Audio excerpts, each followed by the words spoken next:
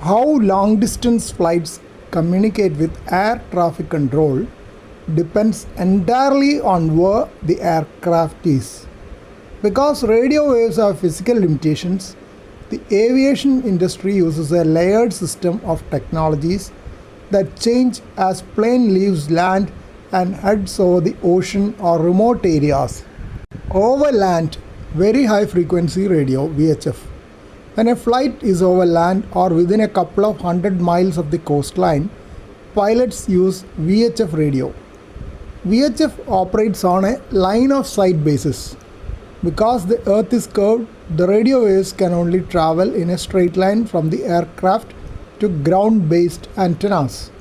Once an aircraft flies beyond the horizon, typically around 200 to 250 miles offshore, the VHF signal is blocked by the curvature of the earth and the pilots lose contact with standard ground-based ATC.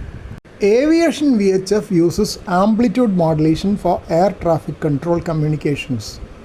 While frequency modulation generally provides clearer audio and is what you use for music radio stations or standard walkie-talkies, the aviation industry intentionally relies on AM for a very specific safety reason known as the capture effect.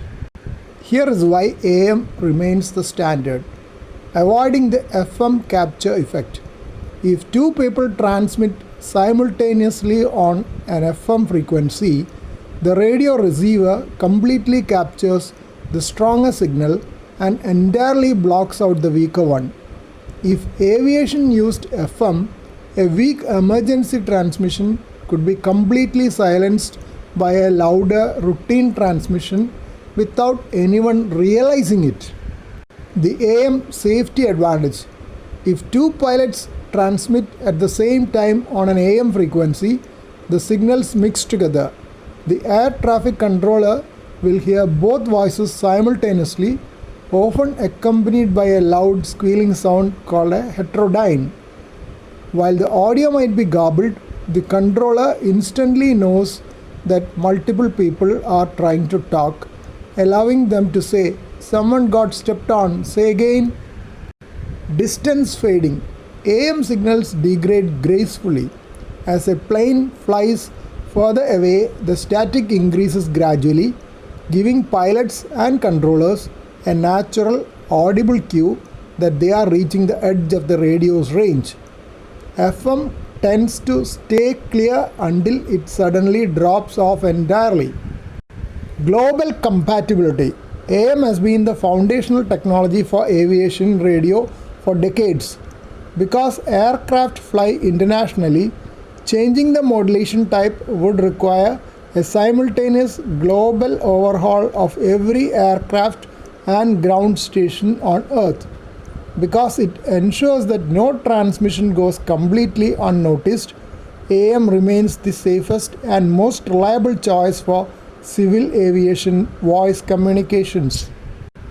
I came across two important VHF frequencies as I skimmed through North Atlantic Operations and Airspace Manual available online. Interpilot air-to-air VHF frequency 123.450 MHz. Emergency frequency 121.500 MHz. Over oceans and remote areas, high frequency HF radio. For decades, the primary method for transoceanic communication has been HF radio. How it works? Unlike VHF, HF radio waves can bounce off the ionosphere, a layer of charged particles in the Earth's upper atmosphere, and reflect back down to Earth. This skip allows the signal to travel thousands of miles over the horizon, connecting aircraft in the middle of the Pacific or Atlantic to specialized oceanic ATC centers. The limitation. HF radio is highly susceptible to solar weather and atmospheric interference. The audio is often filled with static, crackles and fading, making it sound like an old AM radio broadcast. The modern era, satellite communications, SATCOM. Most modern commercial airliners are equipped with SATCOM, which uses constellations of satellites like Inmarsat or Iridium in Earth's orbit to relay signals. Voice. Pilots can use phones to call ATC directly, that is SAT voice. The audio is crystal clear, entirely eliminating the static of HF radio. Data. SATCOM also provides the backbone for continuous automated data exchange between the plane and the ground. Texting ATC. Controller Pilot Data Link Communications, CPDLC. Voice communication, whether HF or SATCOM, is increasingly being replaced by CPDLC. Think of this as a highly secure, specialized text messaging system for pilots and air traffic controllers. Instead of speaking over a crackly radio, ATC can type an instruction, example, climb and maintain flight level 350, which appears on a screen in the cockpit. The pilots can acknowledge and accept the instruction with the push of a button.